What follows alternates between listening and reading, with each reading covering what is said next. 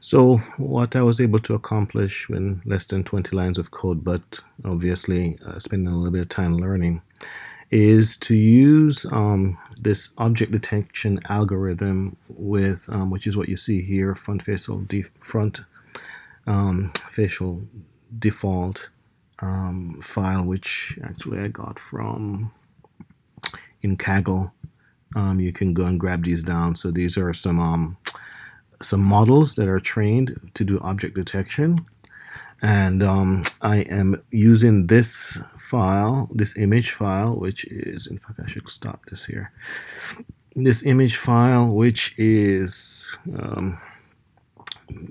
right here, which I think just about a lot of people will probably recognize what that is.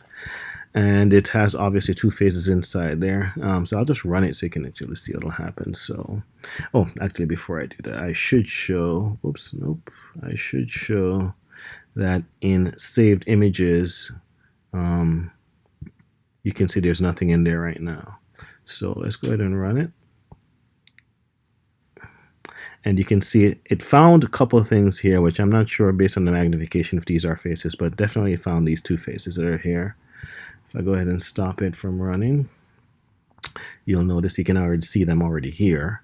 And what the code is doing is actually, for every face that is found, it is looping through it. And it is, I'm doing two things. Besides the original, I'm actually pulling down the location of those faces only based on the vectors that it found it. Calling them, create regions. So you can see that it creates a separate, it shows a separate one for each.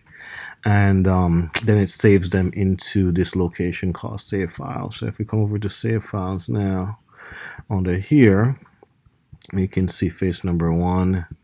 You can see face number 2, and it located another face there. Maybe I'll see if we can get a better image to see if that is in fact a face, or it's just the algorithm just not being the best at what it does.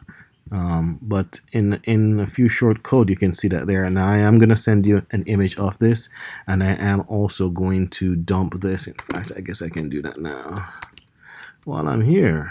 All right, so git add -a, git commit sm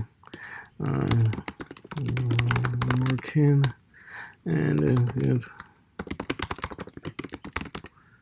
And this is now dumped up to the GitHub location, to which I'll also include inside the file. So you guys should be good to go with all of that stuff. Hope you enjoyed it.